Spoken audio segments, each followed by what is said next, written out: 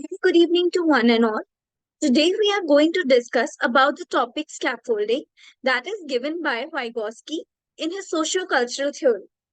Moving further, I would like to show you one video clip, and on the basis we are going to discuss further.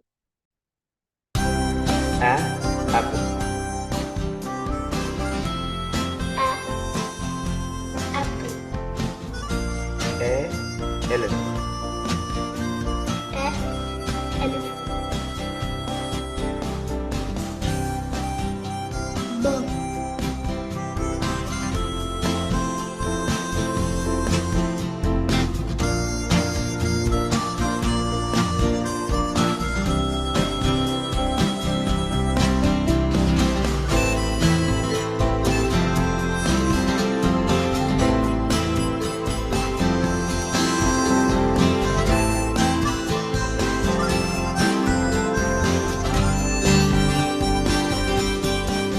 Mat. Mate.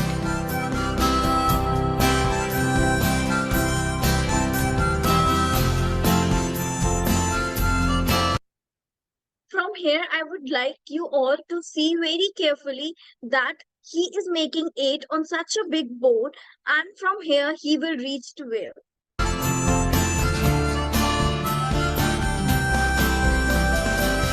Big enough to sail our boats. एक कुएं में रहता था कुएं में रहता मेंढक का साझा मेंढक का साझा परिवार दादी में in the moonlight. Mighty nice. Mighty nice. Very good. अब 3 जोड़ो. Very good. अभी इसमें 5 जोड़ो. कहाँ पहुंचे? +7. Very good. अभी 11 कम करो. Said Henny Penny. They set off to a nose between each pair of eyes. Noses, every size. Were made of cake and chocolate.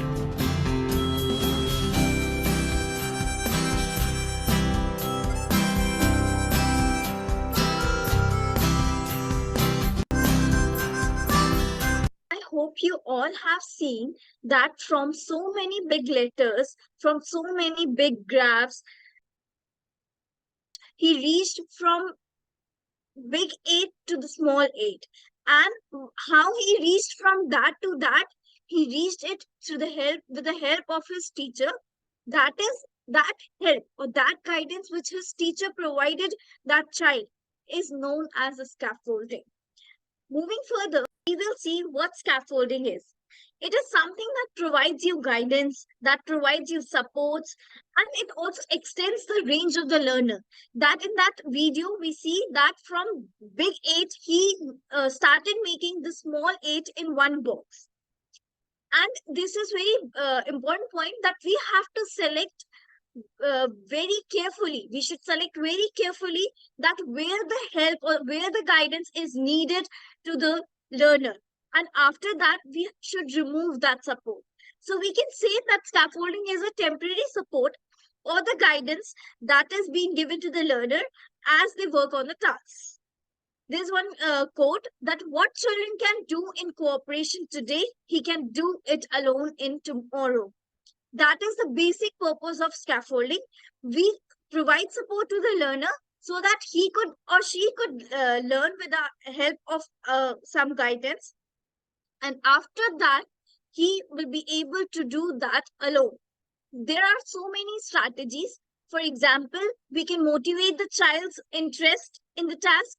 We can break the task in manageable steps, small steps, like in that video of Tare Zami Par, the teacher started making smaller and smaller sizes of the squares and making it easy for the child so that he could do those steps in small steps and could manage the task.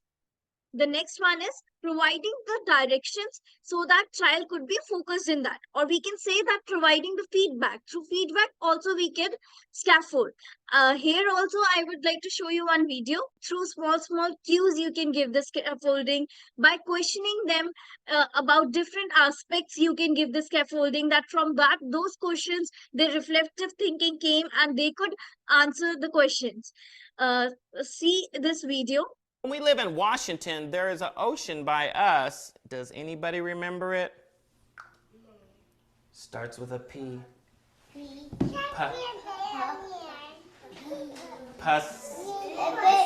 Pacific. You guys will get it. Pacific Ocean. It's a huge bunch of water right here. So with this we seen that how the teacher gave the hint that it's P, it starts with P, it is starting with pass, and from those the children's recall that what the name of that ocean is. There is one more strategy, that is questioning. That from questioning we can also engage the students, and we could make their thinking reflective, and this will also inculcate the discussions, and through those that we can apply scaffolding. See. Okay, and in the text it says this word stigmatized. What do you think that word stigmatized means? And if you'd like, could you tell us what line number that was on, Benaya, when she talks 50. About line 50? So folks, you can go ahead and turn to line 50. Let's see if we can figure out what that word stigmatized means. Because Shirley says her personal role too, right, is that if a woman steps out of order, they're stigmatized as being what? Unfeminine. I'm sorry, what did you say, Adrienne? Unfeminine. Unfeminine, right? Unfeminine. Okay, so Kyle, what do you think that means, stigmatized then? Labeled. Labeled. Very good, right? Labeled as stigmatized, right? So this table, I'm going to come back to you, okay? Labeled as stigmatized. Do you think Shirley ever felt what it was like to be stigmatized or labeled as something? Yes. Okay, and why do you think that? Because she was African American, and since she was a woman, she was going to be labeled because she was in a house of like political terms, and that she was going to be picked on about that. Okay, and what else is she doing? What else is she trying to do? She's trying to fight for women to have equal rights as men to get any job they want except for typing. Right. So here in this video, we seen that teacher asked the questions such as what, why, how, what you can think, what you think that systematized means, what you think, how, why you think that in the, that lesson systematized was. So with such questions, the teacher was scaffolding the children and making them realize that yes, you all know the answer. Through those questions, the children are able to reach towards those answers. Moving further, we can see that there are so many different types of or different strategies that helps us in scaffolding in our classroom. As we already have seen the three, that questioning, providing them cues or the hints, or model them or defining them, that what exactly you all are expecting from those activities or what you all are expecting from the children. We can also break the task into manageable small steps, like in that video we seen the example of 8, providing them directions, providing them feedback as in that, oh yes, you did a very great job, so that their level of doing that task enhances. Moving further, we will see that what scaffolding, MQ and ZPD are. So we can also say that scaffolding is providing the guidance or the support that is provided by the MQ. Now here what MQ means. MQ is the person, or it could be peer, or it could be anything. It could be your computer, it could be your laptop, it could be this video as well. That helps you to understand those things in a simpler manner.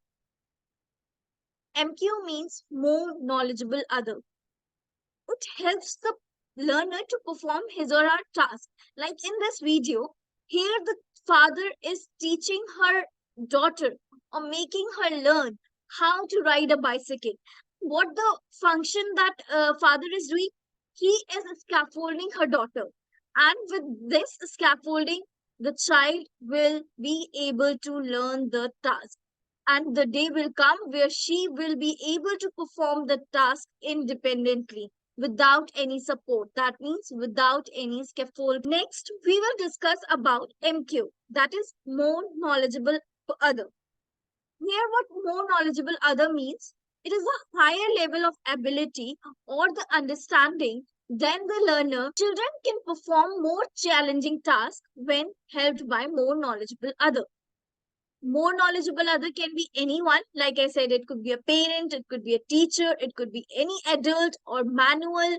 Or manual means the booklets that you are given with so many electronic devices. A manual came now that how to use that electronic device. That could also be a MQ.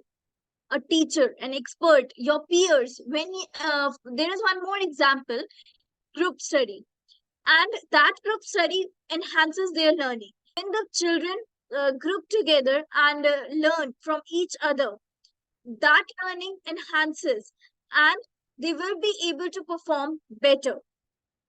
What is the main role of MQ? It is facilitator. It enhances the learning to the higher level. Scaffolding can also be considered as a supportive tool for the students. The example of MQ, or you can say the role of MQ. Here, there is one teacher who is providing this ladder, or we can say that providing this support. This one. I hope you can see the cursor. This is the child, and the teacher's role is to provide this ladder so that the child could reach towards their goal. Now, here, what is the role of MQ? This, providing this ladder. In that video that we have seen in the first very initial phase, that child is performing 8, but with the support of the teacher or the guide under the guidance of the teacher, that Ishan is making 8 in is able to make 8 in a one small box.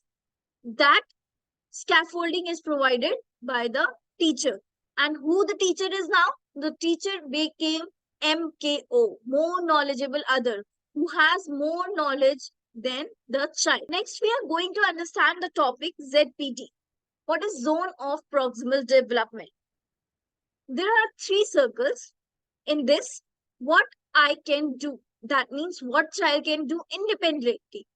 This is called zone of achieved development, when the learner is right and he knows what he can do and could do that task independently. This yellow circle, this is zone of proximal development. That means where the child can reach and is able to reach, but he or she needs a little support, or you can say a little guidance, or you can say that little help. And with that help, the child can reach towards the zone of proximal development. That is the zone where his potentials are. He has that potential to reach that towards that area, but he just needs little support. And this is the area where child cannot reach. So in this, we can see that I can do this myself. I can do these with some help, which is called zone of proximal development. And this, I cannot do these even with the help.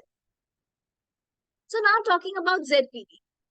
ZPD is basically the difference between the child's actual development as determined by the independent problem solving and the child's potential development.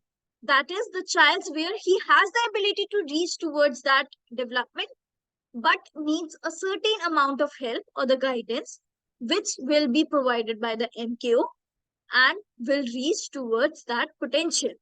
To conclude our topic with one small example.